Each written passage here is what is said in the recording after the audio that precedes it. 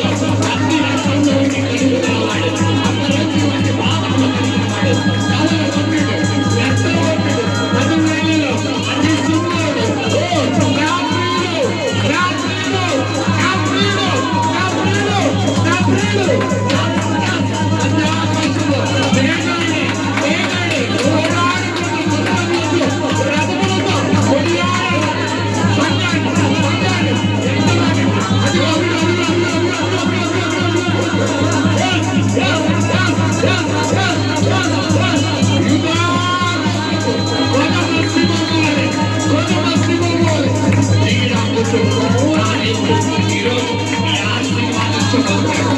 దీవించబోతున్నాడు. నీ గాయాన్ని స్వస్థపరచబోతున్నాడు. నీ కన్నీటిని ఆలస్యముగా మార్చబోతున్నాడు.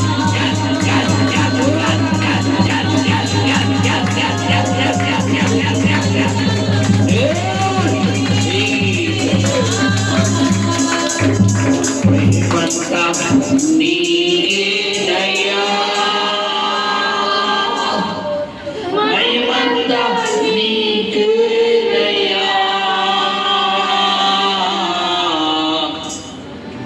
మహిమంతా నీకేనయ్యా మహిమంతా నీకేనయ్యా నీవు చేసిన మేలకు నీవు చూపిన కృపలకు నీవు చేసిన మేలకు ఒక్కసారి జ్ఞాపకం చేసుకోబిడ్డా. ఎలాంటి మేలు నీకు చేశాడు ఆయన. ఎలాంటి పరిస్థితులు వచ్చినట్టు లేవనెత్తాడు. ఎలాంటి పరిస్థితులు వచ్చిన లేవనెత్తాడు ఆయన. ఒక్కసారి జ్ఞాపకం చేసుకో. ఒకప్పుడు నీ పరిస్థితి ఏంటి? ఒకప్పుడు నీ పరిస్థితి ఏంటి? ఈ రోజు నేను ఎలా నిలబెట్టాడు? ఒకప్పుడు తినడానికి కూడా లేని నీ పరిస్థితి.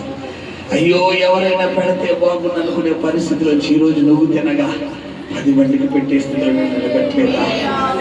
ఒకప్పుడు అయ్యా ఎవరైనా మంచి వస్త్రాలు ధరిస్తే నేనెప్పుడయ్యా వస్త్రాలు ధరిస్తాను, నేనెప్పుడయ్యా వస్త్రాలు కట్టుకుంటాను అనుకున్నావు కదా. ఈరోజు వద్దంటే వస్త్రాలు ప్రభు నీకు ఇస్తాడు. మర్చిపోయావా? ఒకప్పుడు పరిస్థితి మర్చిపోయావా? దావీదు అన్నాడు, అయ్యా గొర్రెల దొడ్డులో గొర్రెలు రాసుకుంటున్నా నన్ను ఈనాడు గద్దెల రాజును చేసావయ్యా, సింహాసనం ఎక్కివయ్యా అని రోజుకి 7 మార్లు దావీదు దేవుడు స్తుతించేవాడు. ఈరోజు నీకు ఆ కృతజ్ఞత ఉందా? మర్చిపోయావా? ఏ స్థితిలోంచి నువ్వు తమపడ్డావో, నువ్వు ఎక్కడి నుంచి తమపడ్డావో మర్చిపోయావా? దావీదు 2 రాజ్యాలకి రాజైనప్పటికీ కూడా తన మొదటి స్థితిని మర్చిపోలేదు. కాబట్టి నేటికి కూడా దావీదు వంశంలో ఒక వ్యక్తిని దేవుడు ఇచ్చి ఉన్నాడు. ఈరోజు నువ్వు దేవుడు చేసిన మేలు ఏది మర్చిపోకు బిడ్డ. ఒకప్పుడు కుటుంబంలో అసమాధానం, గొడవలు, మనస్పతులు, తగాదాలు. ఆదివారం దేవుని మందిరానికి కొట్టామంటే ఏదో ఒక వ్యతిరేకత, ఏదో ఒక కలిమిలు, ఏదో ఒక తగాదు. శనివారం రాత్రి తగాదు. ఈరోజు కుటుంబ సమేతంగా నువ్వు దేవుడు స్తుతిస్తున్నావంటే, కుటుంబ సమేతంగా దేవుణ్ణి ఆరాధించగలుగుతున్నావంటే, ఈరోజు నీ జీవితంలో సంతోషం ఉందంటే ఆయన అన్నాడు, నేనే కదా నీకు సమాధానం ఇచ్చింది, నేనే కదా నీకు ఆరోగ్యం ఇచ్చింది. ఒకప్పుడు వారానికి ఒకసారి ఇంట్లో ఎవరో ఒకరు హాస్పిటల్కి వెళ్ళేవారు. ఒకరికి తగ్గిందంటే మరొకరు, ఒకరికి తగ్గిందంటే మరొకరు. ఈరోజు నేనే కదా నీ కుటుంబానికి ఆరోగ్యం ఇచ్చింది అన్నాడు ఆయన. ఒకప్పుడు జేబులో చిల్లిగా కూడా ఉండేది కాదు. ఇష్టమైనది ఏదైనా తినాలన్నా తాగాలన్నా చాలా ఆలోచించేవాడు. ఈరోజు నువ్వు అడగకుండానే నీకు అనేక ఇస్తున్నాను కదా, మర్చిపోయావా అన్నాడు ఆయన. మర్చిపోయావా? నేను ఎలా తీసుకొచ్చాను మర్చిపోయావా? Thank you lord. ప్రభు చెప్తున్నాడు, యెహోవా చేసిన మేలు దేనిని మరవక నిత్యము కృతజ్ఞతాస్తుతులు చెల్లించినట్టు. ఎర్ర సముద్రం నుంచి దాటించిన నేను, ఎరుకో గోడను కుప్పకూల్చిన నేను, యోర్దానును వెనకకు మళ్లించిన నేను, నీ ముందు నా పిల్ల కాలువను దాటించాలని అనుకుంటున్నావా అన్నాడు ఆయన. నీ ముందు నా పిల్ల కాలువంటి సమస్య మర్చిపోయావా? ఒకప్పుడు ఎలాంటి శ్రమల గుండా నేను విడిపించాను. ఒకప్పుడు ఎలాంటి పరిస్థితుల్లో నేను లేవనెత్తాను. ఇక అయిపోయే వైద్యులందరూ వదిలేశారు. ఇక అయిపోయింది నా పరిస్థితి అనుకునే టైంలో నేను కదా నేను స్వస్థపరిచాను. ఇప్పుడు వచ్చిన చిన్న బలహీనతకి ఎందుకు నువ్వు భయపడుతున్నావు? ఎందుకు బాధపడుతున్నావు? ఎందుకు భయపడిపోతున్నావు? ఏమైపోతా ప్రభు చెబుతున్నాడు, నేనున్నాను అన్నాడు ఆయన. నేనున్నా, నేను చూసుకోబోతున్నాను.